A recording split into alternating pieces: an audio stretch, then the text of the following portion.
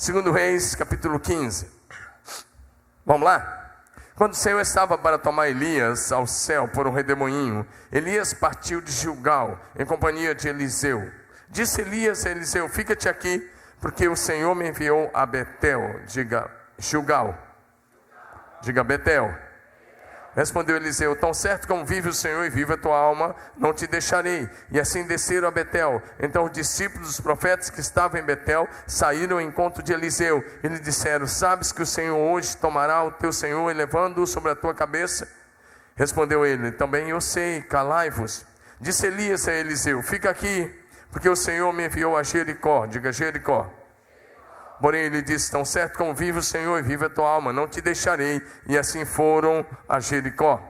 Então os discípulos dos profetas que estavam em Jericó se chegaram a Eliseu e lhe disseram: sabes que o Senhor hoje tomará o teu Senhor, ou seja, o Senhor vai arrebatar Elias, elevando-o sobre a tua cabeça?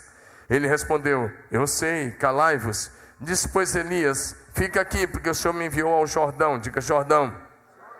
Mas ele disse: tão certo como vive o Senhor e vive a tua alma, não te deixarei, não te deixarei. E assim ambos foram juntos ao Jordão. Foram 50 homens, agora 50 homens, diga 50 homens. Os discípulos dos profetas pararam a certa distância deles, às margens do Jordão. E eles ambos juntos pararam ao Jordão, desculpe. Então Elias tomou o seu manto, enrolou e feriu as águas, as quais se dividiram para os dois lados. E passaram ambos em seco. Vendo eles passado, Elias disse a Eliseu: pede-me o que queres que eu te faça, antes que eu seja tomado de ti. Disse Eliseu: peço-te que me toque por herança porção dobrada do teu espírito. Diga porção dobrada. Diga de novo: porção dobrada.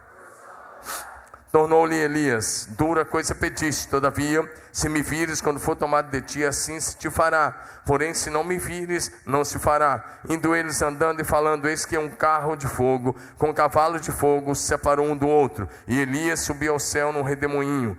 E o que vendo Eliseu clamou: meu pai, carros de Israel e seus cavaleiros.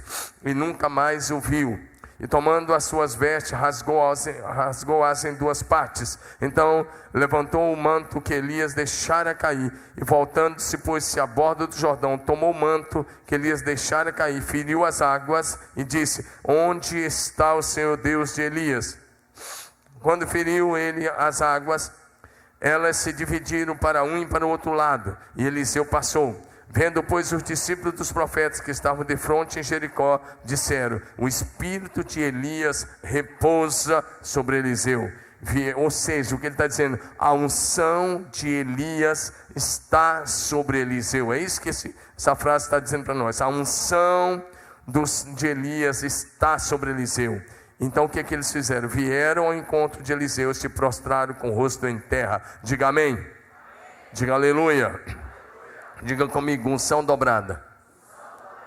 Projeção, por favor. Obrigado, estamos juntos aí, obrigado. Diga comigo: unção dobrada. Esse é o tema de hoje à noite, unção dobrada. O cristianismo é, antes de tudo, um chamado ao discipulado. Não existe cristianismo verdadeiro sem discipulado. Jesus, quando falou sobre seguir a Ele, Ele disse: se alguém quiser vir após mim, negue-se a si mesmo, tome cada dia a sua cruz e siga-me. O discipulado de Jesus tem a ver com renúncia, tem a ver com cruz, e tem a ver com o compromisso de um estilo de vida santo. O texto que temos hoje diante de nós fala de um discipulado um a um. Diga: discipulado um a um. Aqui, quando Elias foi um poderoso profeta, ele era da região de Gileade. A Bíblia não fala quase ou nada da família dele, só fala que os pais deles, comunica que os pais dele eram muito corajosos, porque numa época em que a idolatria e o satanismo, a escuridão espiritual dominava a nação, esse casal, a mulher ficou grávida e eles decidiram colocar o nome de Elias, que significa só o Senhor é Deus. Numa época em que o palácio sustentava 450 profetas para promover o baalismo na nação de Israel, o reino do norte, palácio de Acabe e Jezabel. e que também o palácio sustentava mais 400 profetas para promover a idolatria na nação toda. Ou seja, o palácio imperial sustentava 850 profetas para promover a idolatria e a adoração a Baal, que era uma aberração, uma afronta ao Deus do céu. E esse casal coloca o nome desse filho de Elias, que significa só o Senhor é Deus. Diga, só o Senhor é Deus. Quando Elias se torna homem feito, ele vai até Acabe e ele suspendeu a chuva. E ficaram 3 anos e 6 meses sem chover em Israel, porque Elias suspendeu a chuva. Depois ele vem, aparece, ora, e o fogo cai sobre o altar, ora, e a chuva vem. Elias viveu um ministério de muitos milagres extraordinários. Mas agora ele sente que está chegando a hora de sair de cena. Na verdade, ele pensou que o ministério dele havia acabado, bem antes. Quando ele sofre uma ameaça de Jezabel, ele foge e se esconde numa caverna, lá no Monte Horebe. Deus vem e fala com ele, e Deus deu algumas missões para ele. Número 1, era escolher um discípulo, discipular um homem que pudesse ocupar o seu lugar, discipular alguém para que ele pudesse passar o cajado profético, discipular alguém para que ele pudesse passar o ministério profético. Essa era a primeira missão. A segunda missão era ungir um rei chamado Ben-Hadad como rei da Síria. E a terceira era ungir Jeú, rei de Israel. E Deus deu essas orientações a Elias. E Elias sai do Horebe, caminha 40 dias, e ele vai e ele encontra Eliseu. Eliseu era um fazendeiro. Ele está com 12 juntas de bois. 1 Reis agora, capítulo 19, verso 19 a 21. Pode ir colocando. Eliseu está arando. Imagina que é como se hoje um fazendeiro que tivesse 12 pequenos tratores. E eles estão com seus 12 tratores arando. Ele estava com 12 juntas de bois arando a terra. Ele estava com a 12ª. Tinha outros homens trabalhando com as outras. E Elias vai até ele. E Elias pega a sua capa de profeta e joga nas costas de Eliseu. Quando Elias faz isso, Eliseu entendeu o recado. Ele entendeu, Deus está mudando o meu destino. E aí o que ele fala com Elias é o seguinte: deixa eu ir dar um beijo no meu pai e na minha mãe. Deixa eu me despedir deles. E Elias fala, vai e volta logo, porque você já sabe o que eu te fiz. Eliseu vai lá. Ele mata aquela junta de bois com a qual ele estava trabalhando. Ele queima os carros. E ao queimar os carros, ele está comunicando para nós algo muito interessante, dizendo, o chamado de Deus não tem volta. Diga isso, o chamado de Deus não tem volta. Só vocês 6 aqui, diga, o chamado de Deus não tem volta. Diga de novo, o chamado de Deus não tem volta. Não tem volta. Elias queima os carros. Desculpa, Eliseu queima os carros. Amém, amados? Deu a carne para o povo comer. E seguiu a Elias. Diga amém. Tem uma história secular interessante. Dizem que quando Raul Cortés chegou na ilha, que hoje é conhecido como Ilha de Cuba, região da América Central, ele tinha sofrido alguma derrota lá na América do Norte. Ele para o navio, ancora o navio, pega os botes, ele vai até a praia, ele manda descarregar o navio, depois ele diz, queimem o navio. E aí ele olha para os seus homens, sabia que ia ter guerra, ele diz, agora é vencer ou vencer. Quando você abraça um chamado de Deus, você precisa queimar os navios.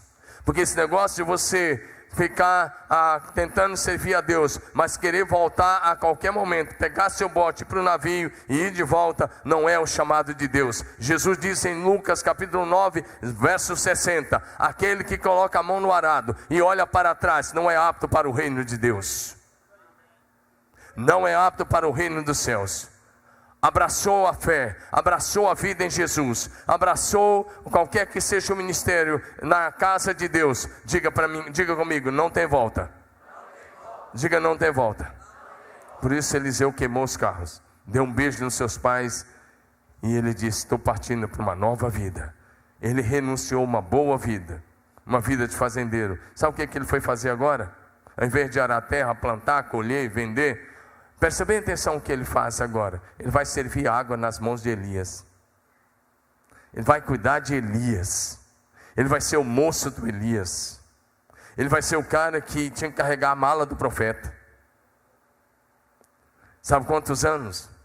8 anos, ou talvez 10 anos. Você pensa que ele começou o discipulado numa semana, na outra ele estava pronto? Não, ele começou o discipulado. E por 8 longos anos, ou 10 anos, ele está lá servindo a Elias, dia e noite, de dia e de noite. Olha para mim, alguns de vocês estão aqui me ouvindo. E talvez você queria estar aqui, mas sabe por que você não está ainda? Porque você está tentando queimar etapas, quando você devia simplesmente pegar a mão no arado e dizer: nunca mais vou voltar atrás, vou para frente, queimei os carros, matei os bois, e agora é com Jesus. Diga aleluia. Vocês estão me entendendo ou não? Nós somos tentados a voltar atrás o dia todo. Diga amém. Então agora, depois de 8 anos, o texto que lemos é 8 ou 10 anos depois do chamado. Agora, Eliseu precisava passar por 4 testes, ou 3 ou 4 testes interessantes. Eu sei que alguns de vocês já viram alguns pastores pregar nesse texto. É um texto que os pastores pregam muito, mas hoje você vai ouvir talvez algumas coisas diferentes que você tem ouvido. Talvez você vai ouvir algumas coisas que você ainda não ouviu. Porque esses lugares aonde Elias levou Eliseu eram lugares históricos, eram marcos proféticos, eram marcos da fé judaica, eram marcos da fé do povo de Deus. E ele está levando ele de volta nesses marcos, para que ele não esquecesse a fé dos seus antepassados. Então o que Elias fez, antes de passar o cajado, antes de passar o bastão profético, sabe o que ele fez? O que Elias fez foi: vamos fazer uma viagem, vamos fazer uma última jornada, vamos fazer uma caminhada. Só que ele não disse para Eliseu que era a última viagem. Diga amém. Diga amém. Então ele resolve chamar, ele não chama, ele só disse o que ele ia fazer. Tem hora que às vezes o seu discipulador vai te chamar para fazer algo, mas tem hora que você tem que ir com ele, embora ele não te chame. Diga que você está grudado nele, porque você quer receber o que Deus deu a ele. Diga amém. O Elias não disse o que ele iria fazer, não disse o que iria acontecer, mas aquele era o último teste para Eliseu. Diga amém. 8 anos de lealdade, 8 anos de fidelidade, 8 anos ou 10 anos, mas agora tinha um último teste. Deixa eu dizer uma coisa: quantos de vocês querem unção dobrada do Espírito Santo? Levanta a mão. Levanta bem alto. Deixa eu te perguntar, você quer para fazer o que com ela? Porque a unção dobrada só é dada para aqueles que estão em missão com Jesus. A missão dobrada só é dada para aqueles que darão continuidade à missão que Jesus Cristo começou. Diga amém. Diga aleluia. Primeiro lugar, diga comigo, Gilgal. Diga Gilgal. 2 Reis, capítulo 2, verso 1. Diz: quando o Senhor estava para tomar Elias ao céu por um redemoinho, Elias partiu de Gilgal. A palavra Gilgal significa círculo no hebraico. Até aí você sabe. Mas Gilgal, presta atenção, foi o lugar do primeiro acampamento do povo de Israel, quando eles passaram o Jordão, quando eles entraram na terra prometida. O primeiro lugar que eles pararam foi nesse lugar. E esse lugar passou a ser conhecido como Gilgal, exatamente porque o povo parou ali e algo aconteceu. Josué capítulo 4, verso 19: subiu pois do Jordão o povo no dia 10 do primeiro mês, e acamparam-se em Gilgal, do lado oriental de Jericó. Presta atenção, Gilgal foi lugar da renovação da aliança com Deus. Diga renovação da aliança. Diga de novo, renovação da aliança. Porque aqui em Gilgal, Josué 5, de 2 a 9, Josué 5, de 2 a 9, o texto vai mostrar para a gente que Josué circuncidou os homens que haviam nascido no deserto. Israel saiu do Egito, E você sabe que no segundo mês eles chegaram num lugar chamado Cades Barneia. Moisés mandou os espias, e 10 deles deram um relatório fraudulento, difamaram a terra, e o povo se rebelou. E por causa disso, como eles tinham gastado 40 dias espiando a terra, agora Deus disse que eles iam ficar 40 anos no deserto. Mas agora os 40 anos tinham findado. Agora eles tinham atravessado o Jordão. Agora eles tinham entrado na terra prometida. Por isso, agora era a hora de circuncidar os de 40 anos para baixo, que tinha nascido no deserto. Diga amém. Dá um spray. Diga amém. Diga glória a Deus. Diga aleluia. Obrigado, viu? Obrigado. Não é droga não, é só um sprayzinho que a minha garganta, eu estou tentando. Aí ó, deve ser pensa que é alguma coisa. É um spray. Às vezes a minha esposa fala assim, você esquece que é transmitido? Eu falo, rapaz, eu estou em casa, então às vezes eu esqueço mesmo. Mas tudo bem, vamos para lá. Então, hoje de manhã quase que eu não prego, por causa da garganta. Foi muito difícil, e por isso você vai me ajudar a pregar a partir de agora, tá bom? Diga aleluia. Mas eu tinha que pregar hoje à noite. Eu não posso botar outro para pregar hoje à noite. Deus pregou no culto das 5, mas esse culto eu tenho que pregar. Você entende isso? Diga Gilgal. E ali sabe o que acontece? Os homens foram circuncidados. Ou seja, a aliança com Deus foi renovada. A circuncisão era como se fosse uma cirurgia de fimose que Deus estabeleceu com Abraão. Gênesis 15. Mas todos que tinham nascido naqueles 40 anos de deserto, nenhum deles era circuncidado. E o povo da aliança precisava ser circuncidado. Hoje nós não precisamos de uma circuncisão física. A circuncisão que nós precisamos hoje é a circuncisão do nosso coração. Diga amém. Diga aleluia. Mas se eles não fossem circuncidados, eles não tinham a marca da aliança de Deus com Abraão. Diga amém. Diga amém. Para Deus agir em favor deles, eles tinham que estar circuncidados, porque eles entravam debaixo da aliança. Diga amém. E eles iam precisar muito do favor de Deus. Sabe o que acontece então? Eles foram circuncidados. Em Gilgal acontece alguma outra coisa mais importante ainda. Sabe o que acontece? Deus comunica. Josué 5:9. Deus disse assim: hoje, disse o Senhor, hoje eu removi a vergonha do Egito de sobre vocês. E essa é a razão porque o nome passou a se chamar de Gilgal, porque Deus removeu a vergonha do cativeiro no Egito. Deixa eu te dizer uma coisa, se você quer viver para Deus, tem um momento na sua vida, servir a Jesus não é uma adesão, tem que chegar um momento na sua vida, em que Deus remove a vergonha do pecado, que Deus remove o passado, e o passado não vai mais dominar você. Agora você precisa andar em novidade de vida, agora você precisa andar numa vida de fé completamente diferente daquela vida que você vivia lá atrás. Diga amém.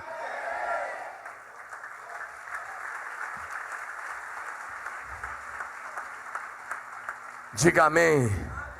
E você precisa saber o dia que Deus removeu a vergonha. Amém? Muitos de nós temos um passado talvez vergonhoso. Deixa eu dizer uma coisa.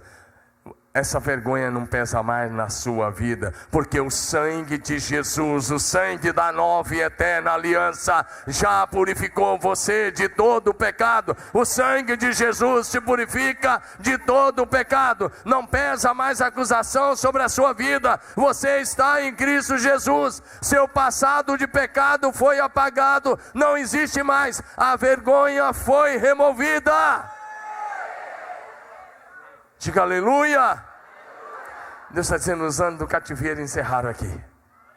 Diga aleluia. Interessante você olhar para isso. E você está debaixo da nova aliança. Diga amém. Gilgal é onde encerrou os anos da peregrinação do povo. O povo armou 40 acampamentos no deserto. Meu irmão, vou pedir uma coisa, só se movimente se for assim, extremamente necessário. Eu também estou com calor, estou de terno hoje. Muito tempo que eu não usava terno, assim, de domingo. E aí, usei um termo, também estou com calor, mas nada é mais importante do que você ouvir a palavra de Deus. Porque a palavra de Deus liberta. Enquanto você ouve, Ele vai libertando, vai tirando, amém? Eu me sento aí para ouvir os pastores e eu vou sendo abençoado. Nós estamos em constante transformação, precisamos constantemente ouvir a palavra de Deus, diga amém? Agora outra coisa, lá em Gilgal, o maná parou de cair. Diga, o maná parou de cair. Fala, igreja, o maná parou de cair. Diga de novo, o maná parou de cair. Josué 5, de 10 a 12, o texto diz: estando pois os filhos de Israel acampados em Gilgal, celebraram a Páscoa. Foi outra coisa interessante, eles celebraram a Páscoa no dia 14, no dia certo, era do primeiro mês.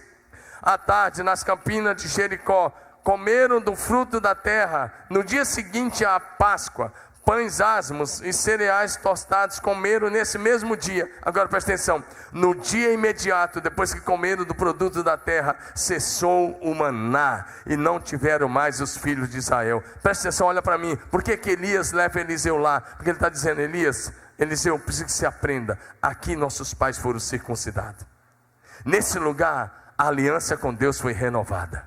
Nesse lugar, nossos pais celebraram a Páscoa pela primeira vez na terra prometida. Diga amém. A festa mais importante do calendário judaico é a Páscoa. Ele dizendo: nesse lugar a Páscoa foi celebrada pela primeira vez. Ele disse: tem mais uma coisa, nesse lugar foi onde o maná caiu pela última vez.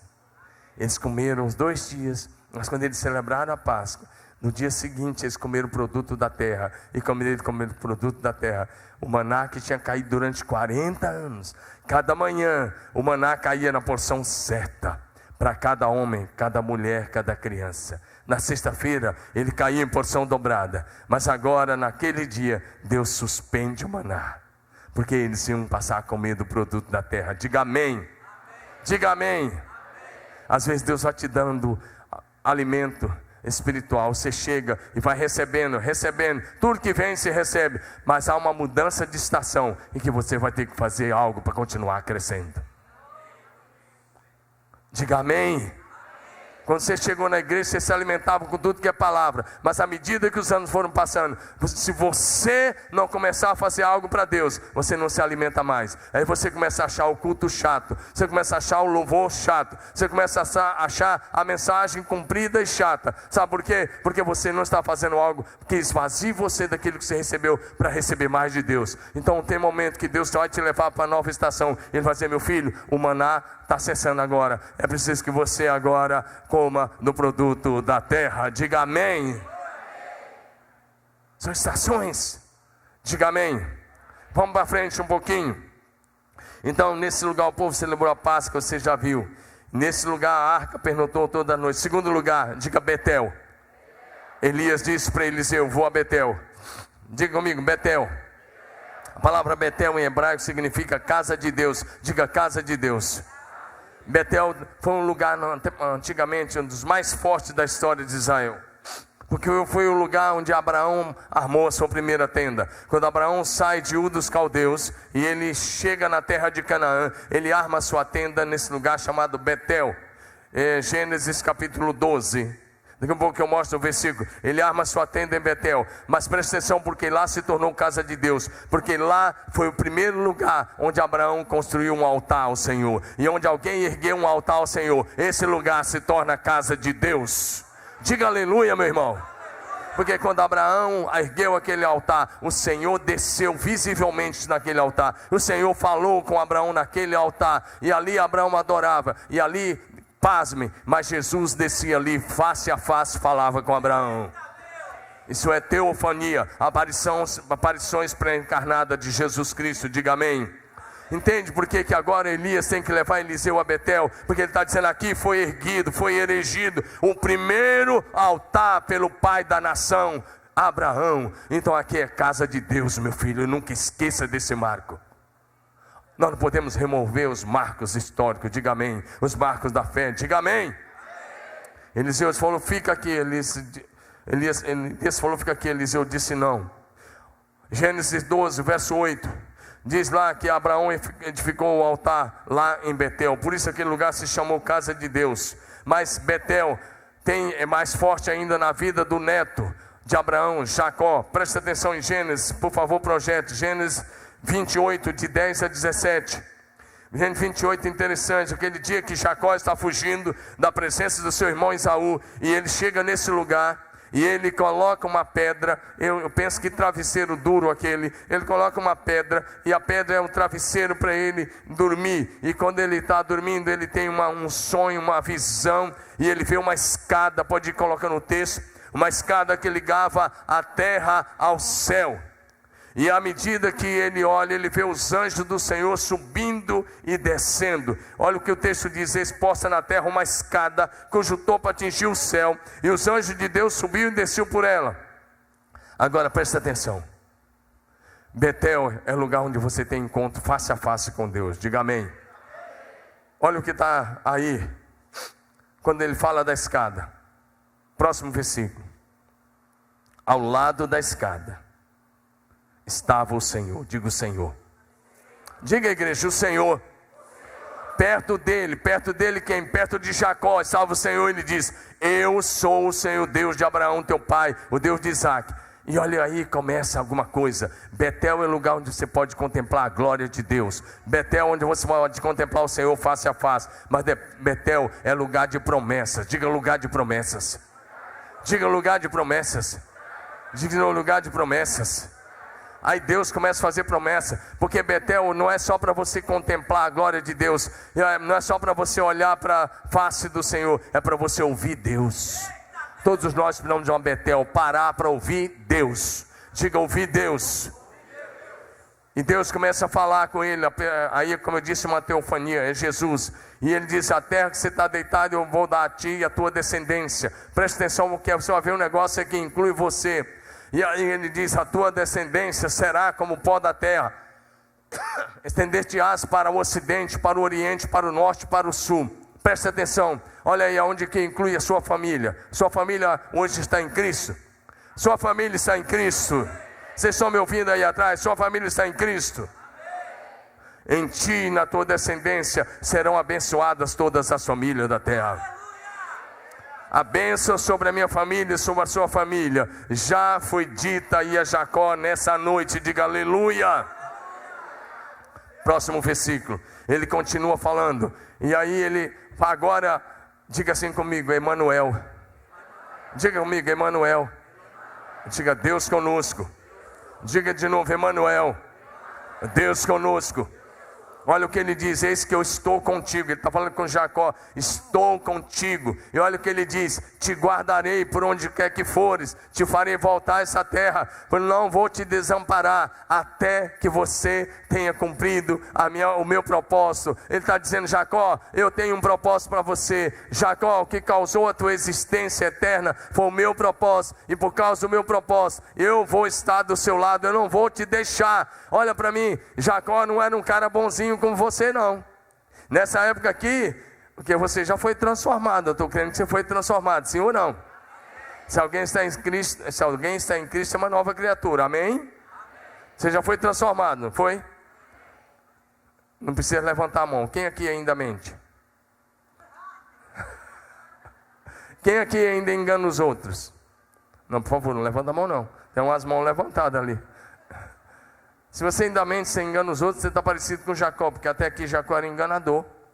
Ele tinha enganado o irmão dele, tinha enganado o pai, lembra? Era meio trapaceiro. Mas a graça de Deus é maior do que o nosso pecado. Diga aleluia. A graça de Deus não leva em conta, Ele te perdoa. Se você quiser andar com Deus, tem que deixar para trás a mentira e o engano, porque os mentirosos não entrarão no céu, vão lá morar com um capiroto no lago de fogo. Não é verdade ou não é? Amém?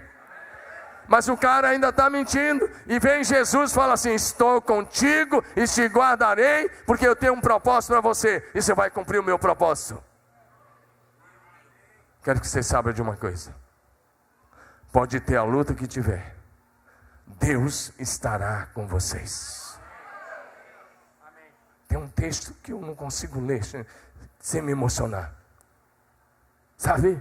Eu gosto muito de ler um texto. Por incrível que pareça, pode não falar o seu coração, mas toda a Bíblia me fala o coração. Mas tem textos que fala mais. Um texto que eu gosto tanto é quando Abraão manda o seu servo Eliezer escolher a esposa para Isaac.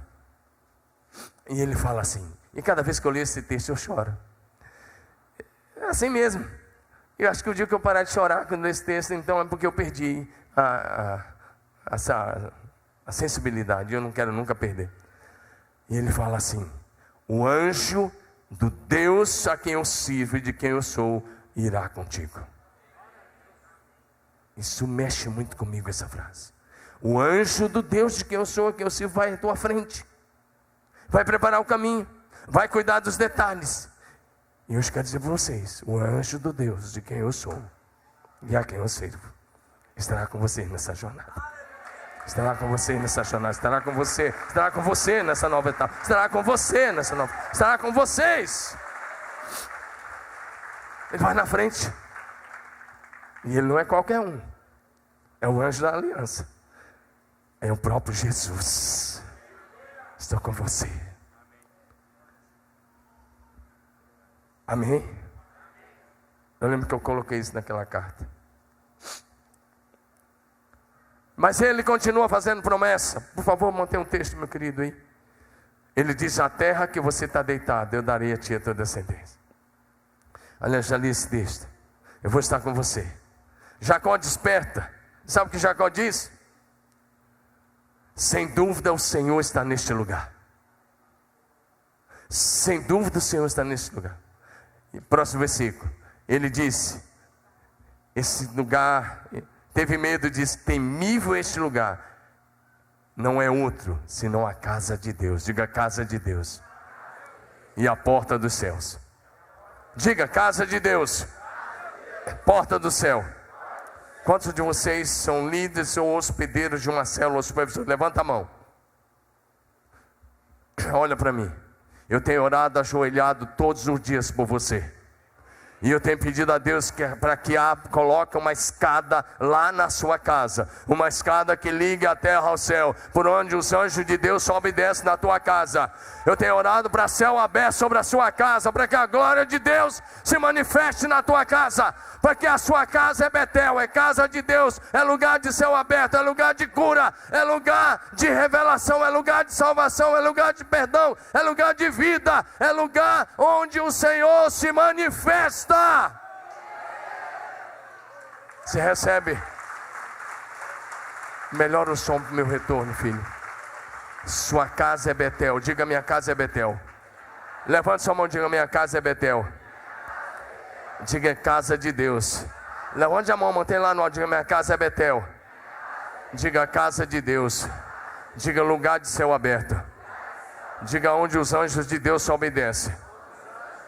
Onde a glória do Senhor se manifesta. Diga, lugar de perdão, lugar de reconciliação, lugar de cura, lugar de libertação, lugar de salvação, lugar de milagres. Diga, lugar de promessas sobrenaturais. Dá um glória a Deus, melhor que você puder aí. Diga aleluia. Diga aleluia.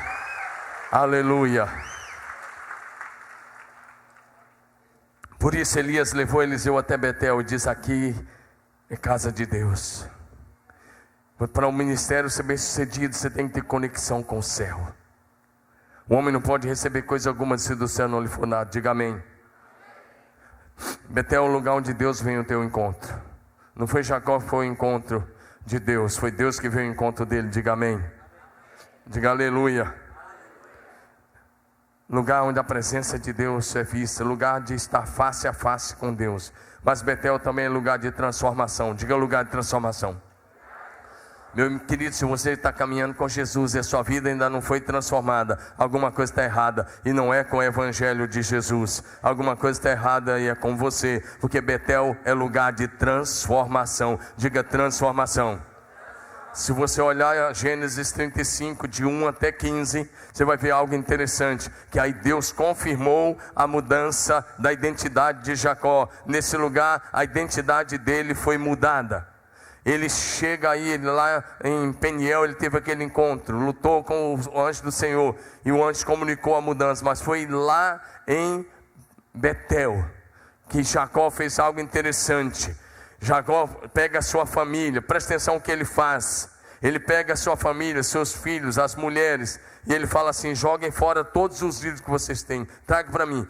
E eles trazem. Ele cava um buraco e joga bem profundo, e joga, enterra todos aqueles ídolos. E ele fala: vamos a Betel, vamos à casa de Deus.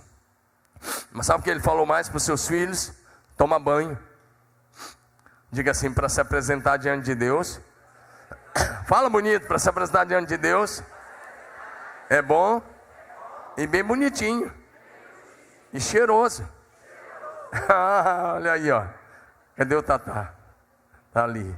O pessoal do GD já pegou, né? Então presta atenção. Sabe, Jacó fala: toma banho, troca de roupa. Ele está dizendo: coloca uma roupa bonita. Nós vamos a Betel, a casa de Deus. E quando ele chega lá, sabe o que acontece? Deus confirma a mudança do nome.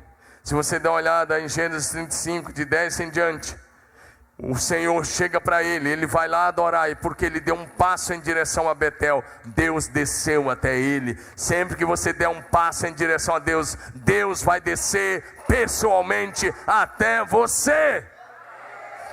E Deus disse: seu nome não vai ser mais Jacó. Deus disse: seu nome será Israel.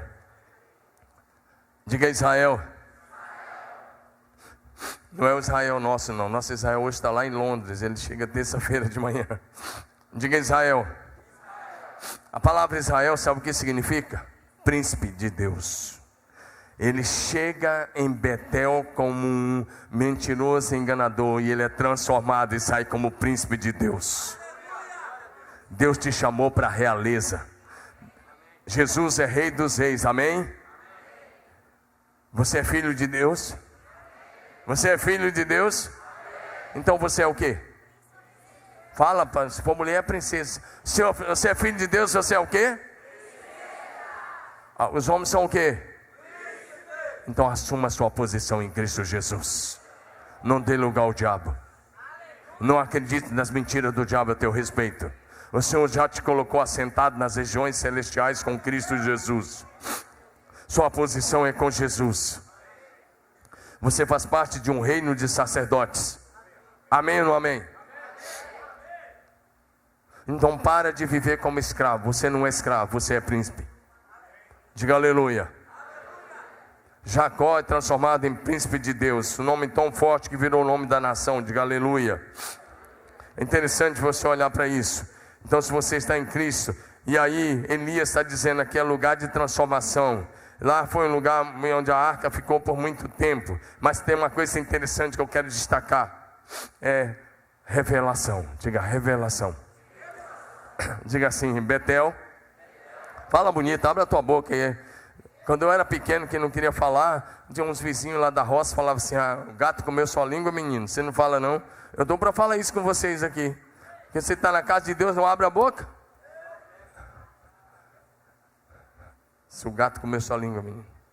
Esse aqui era gago, hoje é um pregador do evangelho. Amém ou não amém? Esse cajado acho que é do seu tamanho.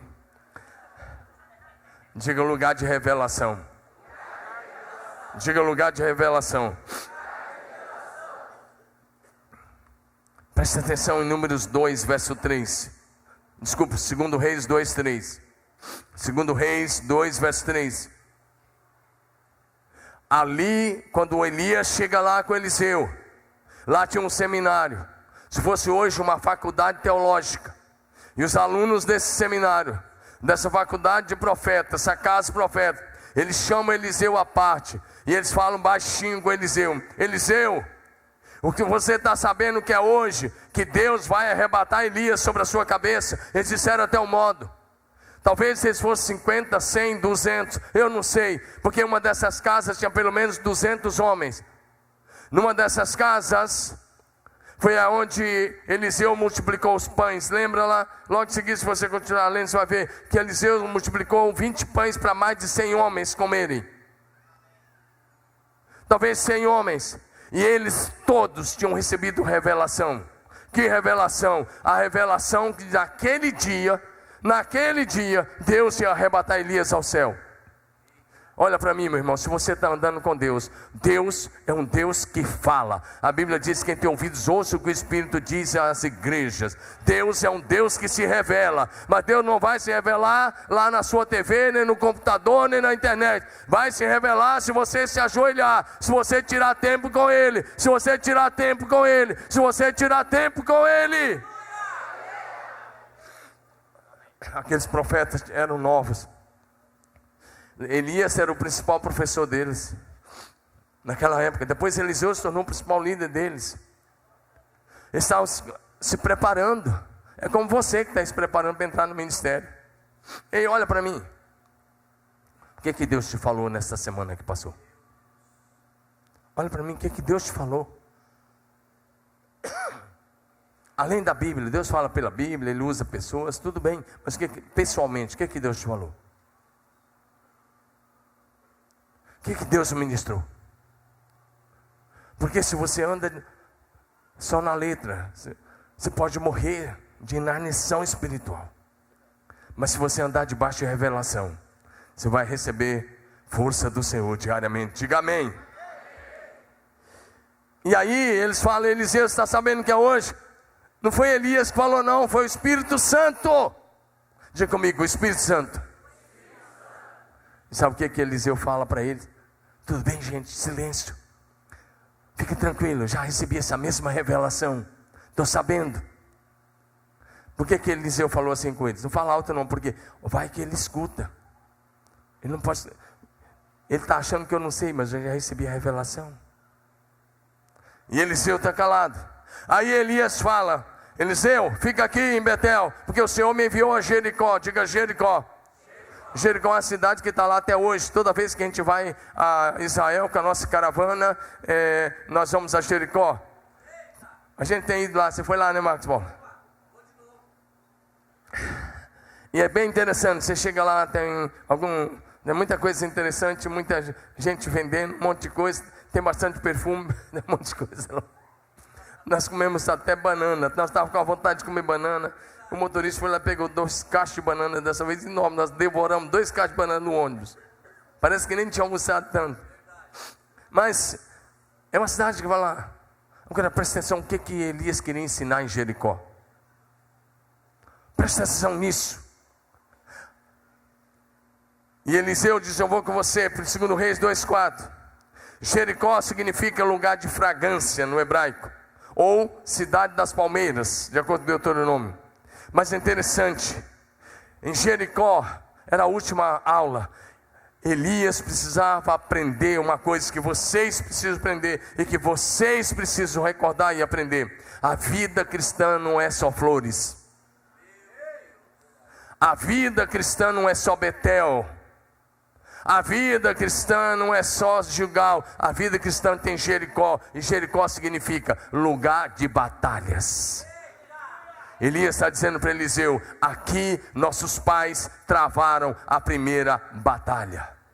Jericó significa lugar de obediência. Obediência à liderança instituída por Deus. Porque lá em Jericó, Josué disse ao povo, nós vamos rodear a cidade durante 6 dias, uma vez por dia. E no 7º dia nós vamos levantar alta madrugada, e nós vamos rodear a cidade 7 vezes. E na 7ª vez nós vamos gritar. E quando nós gritarmos, as muralhas vão cair. Jericó é lugar de fé. Diga fé. Hebreus 11:30 vai dizer que pela fé ruíram as muralhas de Jericó. Diga pela fé. As muralhas ruíram. Diga aleluia. E Elias está aplicando uma última lição. Deixa eu olhar, olha bem nos meus olhos, meu irmão. Você vai receber a palavra, olha aqui. A primeira batalha espiritual que você precisa vencer é uma batalha espiritual interna. É na sua cabeça. Todos os dias a sua mente é disputada por Deus e pelo diabo. Todos os dias os demônios tentam entrar na sua mente para te provocar opressão, depressão, medo e destruição e morte. E todos os dias você tem que decidir quem vai reinar sobre a sua mente. Se é o Espírito de Deus, pela palavra de Deus, ou se você vai dar lugar à sua carne e aos demônios. Às vezes a gente fica pensando só que batalha espiritual é quando o capiroto vem e se manifesta de alguma forma. Deixa eu dizer, a maior batalha espiritual que um cristão enfrenta é interna. 2 Coríntios 10, de 3 a 5, projeta para nós. Nesse texto, Paulo está escrevendo e ele começa a dizer algo muito interessante. 2 Coríntios 10, 3 a 5, ele diz, olha, nós temos que enfrentar uma batalha. E ele diz, olha, mas as armas da nossa batalha, da nossa milícia, não são carnais, mas elas são poderosas em Deus, para demolir as fortalezas. E ele está falando de fortalezas mentais. Diga amém. Diga amém. Fortalezas da religião, fortaleza da tradição, fortalezas que foram geradas lá atrás, fortalezas demoníacas, fortalezas às vezes que vêm dos seus antepassados, fortalezas que estão lá, que oprimem você, que não deixa você vencer, que segura você, porque como o homem pensa consigo mesmo, assim ele é. Então, em nome de Jesus, coloca a mão na sua cabeça agora. Diga assim, eu recebi. Fala forte, é com você mesmo. Diga, eu recebi a mente de Cristo. Diga, por isso, toda fortaleza. Diga, toda fortaleza que está alojada na minha mente ou na minha consciência, sai agora. Sai! Sai! Em nome de Jesus! Sai! Diga, toda fortaleza está quebrada, desfeita pelo poder e autoridade do nome de Jesus Cristo.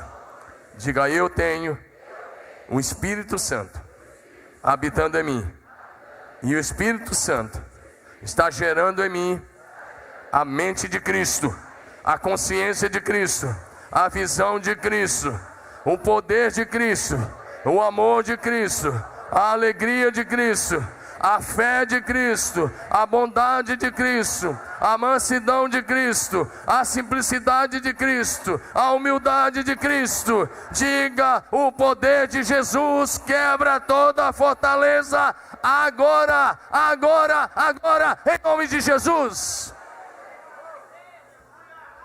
Dá uma salva de palmas a Ele.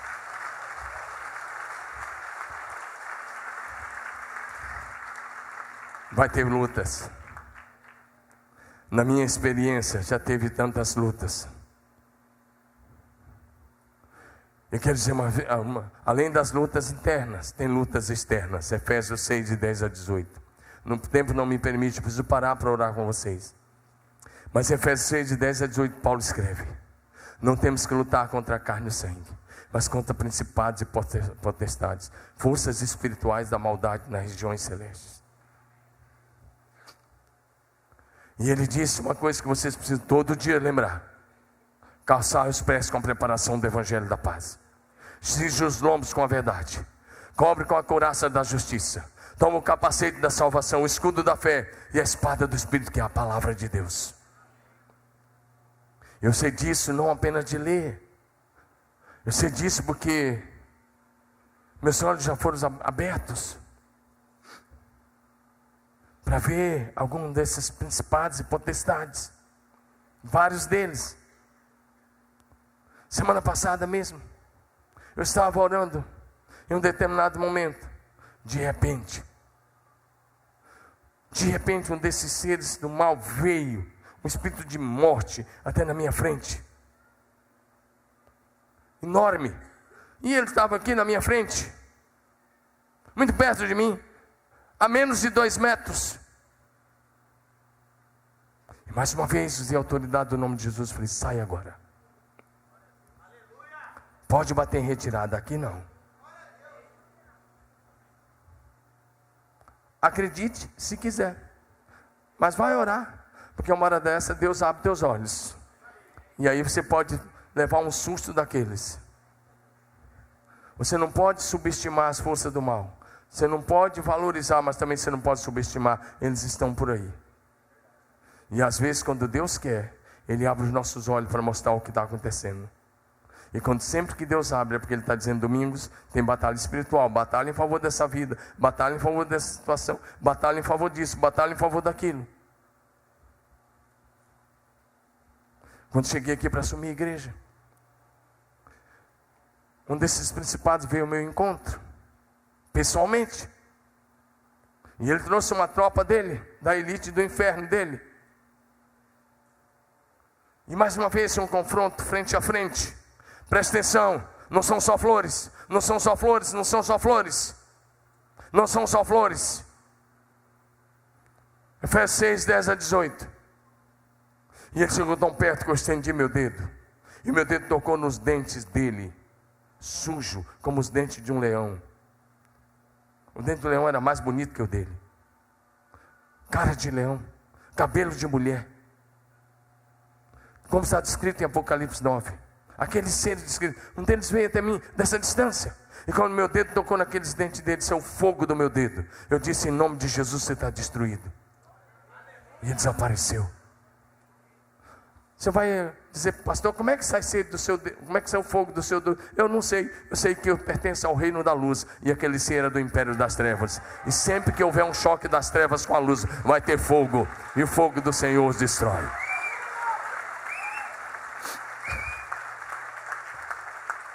Um dia eu contei isso para o meu missionário, está no Japão me assistindo agora. Lá é segunda-feira, né? O Elião, um abraço. Eu sei que eles assistem nosso culto lá. E os outros pastores também. Eu contei isso para o Hélio. Ele veio aqui e eu contei: o Hélio, aconteceu isso. E ele disse que ele ficou assim. Eu acho que o pastor viajou na maionese, deve ter sido um sonho. Que sonho que nada, eu estava sentado na hora. Eu me levantei na hora. Mas aí ele voltou para o Japão. Ele morava lá em Fuji. E na mesma semana que ele chegou lá, que ele tinha duvidado dessa experiência, ele escutou a filha dele chorando. Ele foi no quarto. Chegou lá e ele viu um ser daqueles no quarto. E ele estendeu a mão. E saiu fogo. E ele mandou aquele ser embora. Porque a unção traz autoridade. Diga: unção dobrada. Fala bonita, a unção dobrada traz autoridade. A gente precisa da unção dobrada, porque não tem missão bem-sucedida sem unção. Uma coisa é fazer a obra de Deus no nível da carne. Uma coisa é vocês usarem apenas estratégias para atrair adolescentes, crianças, adultos. Uma coisa é fazer célula no nível da carne. Outra coisa é fazer no nível do Espírito. Uma coisa é fazer no nível que às vezes você tem feito e lá apenas ler o estudo. Outra coisa é você se lançar no poder do Espírito Santo e fazer na dimensão do Espírito do Senhor. Diga amém. Eu não vou ficar aqui contando experiência, não. Você vai ficar pensando em outras coisas. Eu disse isso, não foi para assustá-los, não. Mas eles têm que se recordar que Jericó significa lugar de batalhas espirituais. Jesus disse: eu edificarei a minha igreja, e as portas do inferno não prevalecerão contra ela. Ei, a sua função é ofensiva, não é defensiva. Se você está sendo um cristão, fica na defensiva. Deus não te chamou para ficar na defensiva. Deus te levantou para ficar na ofensiva, na linha de frente. A boa notícia é que Ele está com você, Ele está com você. Você não vai cair, você não vai ser um soldado ferido, não. Você vai ser mais que vencedor.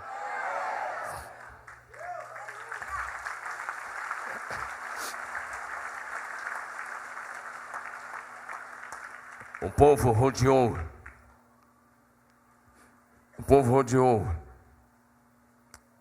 Jericó e as muralhas caíram. Mas presta atenção que eu quero dizer uma coisa para vocês e para vocês. Olha aqui, presta atenção nessa palavra. Moisés enviou 12 espias, 12 príncipes, para espiar a terra. Quando eles viram as muralhas de Jericó, tinha 2 muralhas. Os historiadores dizem que dava para passar 2 carros emparelhados em cima de cada uma delas. Tinha uma muralha, um fosso e a outra muralha. Por isso que a Bíblia diz: ruíram as muralhas. Olha para mim. Quando aqueles príncipes chegaram em Jericó e viram a altura das muralhas e a largura das muralhas, eles falaram: é impossível. Voltaram e difamaram a terra. E o povo sofreu 40 anos. Ei, olha para mim. Deus diz assim para você, hoje à noite: tire os olhos das muralhas. Você não está entendendo? Tire os olhos das muralhas. Tire os olhos das muralhas. Coloque os olhos em Jesus. Porque as muralhas caem no nome de Jesus. Onde estão seus olhos hoje? Nas muralhas de Jericó? Ou pela fé? Elas estão ruindo diante de você. Diga amém. Diga amém. Jericó, lugar, as muralhas caíram. E Elias leva lá para dizer: olha, aqui nossos pais rodearam, mas aqui as muralhas caíram. Seja fortalecido no Senhor. Por último, Elias disse: eu vou ao Jordão. E ele disse: eu vou junto. Só que lá em Jericó tinha um seminário. Deixa eu só voltar nesse ponto. Em Jericó tinha um seminário. E os discípulos dos profetas também tinham recebido a revelação. 50 homens aqui tinham recebido a revelação do arrebatamento de Elias naquele dia. E eles chegaram para Elias, segundo Reis 2:5. Chegaram para Eliseu, disseram: Eliseu, você sabe que é hoje? Que Elias vai ser arrebatado? Eliseu disse: eu sei, fica tranquilo. E eles vão até o Jordão, e esses 50 foram até o Jordão. Só que eles pararam na margem do Jordão. Ali na margem eles param. Agora, presta atenção, olha bem para mim, igreja, é bem interessante. É uma caminhada onde Elias está ensinando as últimas lições aos seus discípulos. Sabe o que Elias fala? Eliseu, aqui os nossos pais passaram a pé enxuto. Eles foram no mesmo lugar, porque o povo passou diante de Jericó. Gilgal ficava próximo a Jericó. Eles passaram e acamparam em Gilgal. Elias e Eliseu fizeram um círculo. Eles voltam e vão lá em Gilgal, lá no Jordão. E Elias chega lá e fala: Eliseu, aqui 3 milhões de nossos pais passaram a pé enxuto. Os sacerdotes colocaram a planta dos pés na água, e quando eles colocaram, o Jordão se abriu e eles passaram. Sabe o que Elias disse? Vamos repetir esse milagre? Como parece que era fácil. Elias disse: vamos repetir esse milagre? E Eliseu fica pensando: você que sabe. Elias tira a capa e bate nas águas, e as águas se abriram, como abriu para o povo passar. Tinha aberto para o povo passar há mais de 500 anos atrás, há uns 600 anos atrás. Estão repetindo o milagre, e eles passam. Quando termina de passar, Elias olha para Eliseu e fala: pede-me o que você quer. Ele diz: eu quero unção dobrada. Ei, eu e você precisamos de unção dobrada. Eu preciso de uma unção dobrada que o Senhor deu aos primeiros discípulos, você também. Sabe por quê? Eu oro mesmo assim: Deus, eu preciso da unção dobrada. Sabe por quê? Eu digo assim para Deus, conversando numa boa, de filho para pai. Eu digo: pai, nos dias de Pedro não tinha o tanto de TV que tem hoje. Nos dias de Pedro, João e dos demais, não tinha tanta pornografia como tem hoje. Nos dias dos primeiros apóstolos, pai, não tinha tanta corrupção como tem hoje. Não tinha tanta prostituição, não tinha tanto pecado, não tinha tanto assassinato, não tinha tanto roubo, não tinha tantas coisas como tem hoje.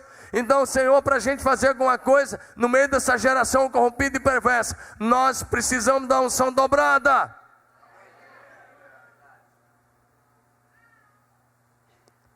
Eu tenho orado, e eu tenho orado por você que é líder. Todo dia eu me ajoelho e oro por você, porque a unção dobrada vem sobre a sua vida. E hoje é um dia de repartir essa unção. Diga amém. Diga glória a Deus. Diga aleluia.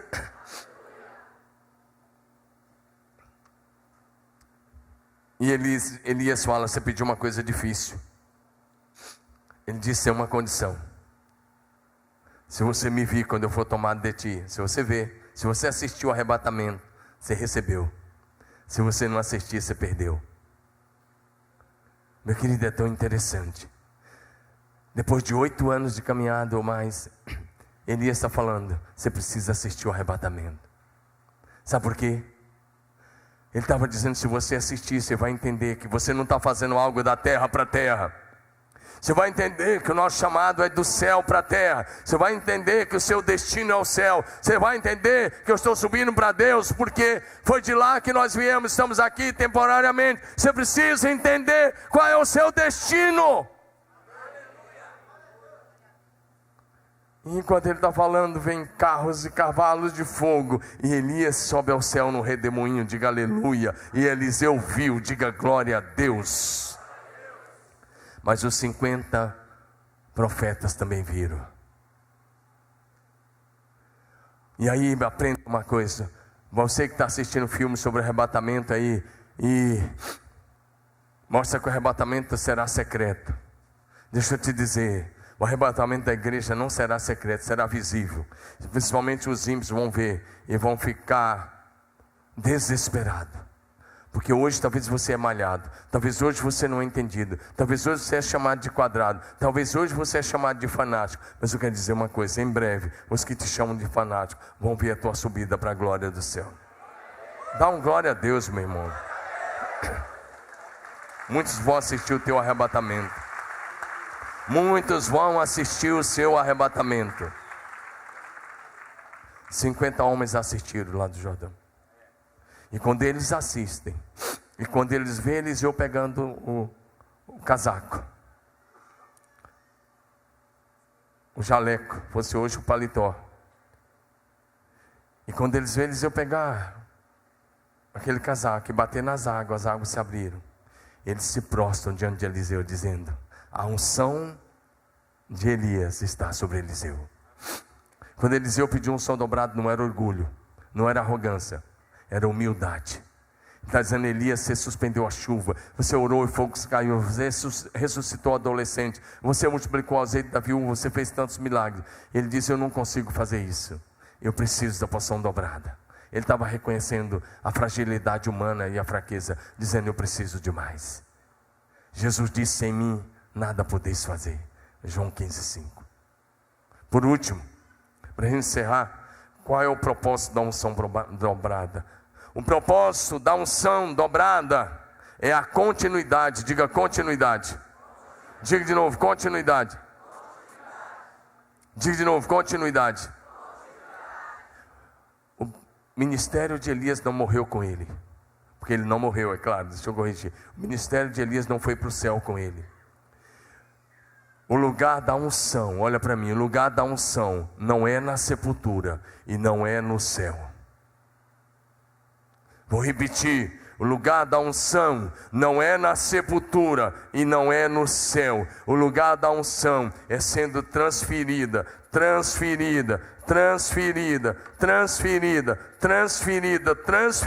sobre a cabeça dos discípulos filhos. Diga aleluia. Por que eu estou te falando isso? O tempo acabou, mas eu preciso dizer isso. Segundo Reis, capítulo 13, segundo livro de Reis, capítulo 13. É bem interessante, eu vou pular direto para esse texto, versos 20 e 21. O texto diz que Eliseu adoeceu e morreu. Ele morreu. O texto antes está falando da doença dele. E quando ele morre, sabe o que acontece? Ele é sepultado. Tinha uma luta contra os midianitas que viviam os saqueadores da terra. E aí um cara morre. E eles pegam, próximo versículo agora, 21. Eles jogam esse soldado, esse cara que morreu, na sepultura. Estava tendo invasão, não dava tempo. Joga o cara na sepultura de Eliseu. E quando o cara bate nos ossos de Eliseu, ele ressuscita, ele voltou a viver. Ele ressuscita na hora. Talvez você vai ler esse texto e você for um pentecostal daqueles, você vai até rodopiar. Mas que cara poderoso, eu queria ser assim. Até os ossos dele ressuscitavam. E eu leio o mesmo texto e eu digo: que lástima, que pena, que tristeza. Porque a unção dobrada que Eliseu recebeu de Elias era para ser transferida para um discípulo. Ele não transferiu. Ele não colocou as mãos sobre alguém como Moisés fez com Josué. Ele não fez o que Elias fez com ele. E por causa disso, o cara ressuscitou, porque a unção foi parar na sepultura. Você vai falar, talvez você vai ouvir outras mensagens por aí falando que Deus reservou essa unção para essa última geração. Não é verdade, não tem nenhuma sustentação bíblica. Deus está interessado em continuidade. O que Eliseu fez foi um erro. Agora olha para mim, nem Jesus fez isso. Quero te mostrar um último versículo sobre unção. Vamos para João capítulo 20. Evangelho de João 20, versos 21 e 22. Evangelho de João, capítulo 20, verso 21 e 22. Olha o que Jesus fez. Agora aí é Jesus ressurreto. Ele morreu, ressuscitou. E quando ele morre e ressuscita, ele aparece aos seus discípulos, e estão lá. E ele diz: paz seja com vocês. Assim como o Pai me enviou, estou enviando vocês. Vocês vão dar continuidade. E quando ele disse isso, ele fez uma coisa que ele nunca tinha feito no seu ministério terreno. Ele soprou,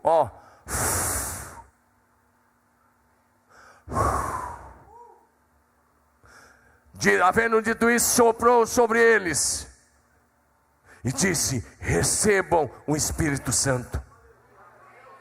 O Espírito Santo tinha vindo sobre Jesus lá no Jordão, na hora do batismo, como pomba, pousou e permaneceu sobre Jesus.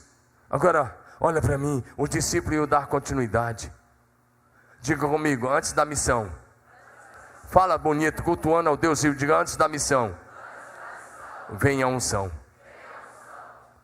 Diga de novo: antes da missão, vem a unção. Então, antes de Jesus enviar o discípulo, ele deu a unção. Ele soprou e disse: recebam o Espírito Santo. Jesus não levou a unção que estava sobre ele para o céu. Olha para mim, a unção que nós vivemos hoje não é a de Elias e Eliseu. É muito parecida porque é o mesmo Espírito. Mas a unção que vivemos hoje é a unção que desceu sobre Jesus, lá no Rio Jordão. E aquela unção que veio sobre Jesus, ele soprou e transferiu. E como igreja, aquele grupo só foi representativo. Nós estamos debaixo da mesma unção. A unção que traz capacitação. A unção traz coragem. A unção traz poder. A unção traz fé. A unção traz autoridade. A unção traz graça. A unção te ensina a amar. A unção te capacita. A unção quebra o jugo. A unção te protege. Amém? Eliseu recebeu, fez um ministério lindo e maravilhoso. Os discípulos receberam, transferiram a unção e ela chegou até nós. Amém?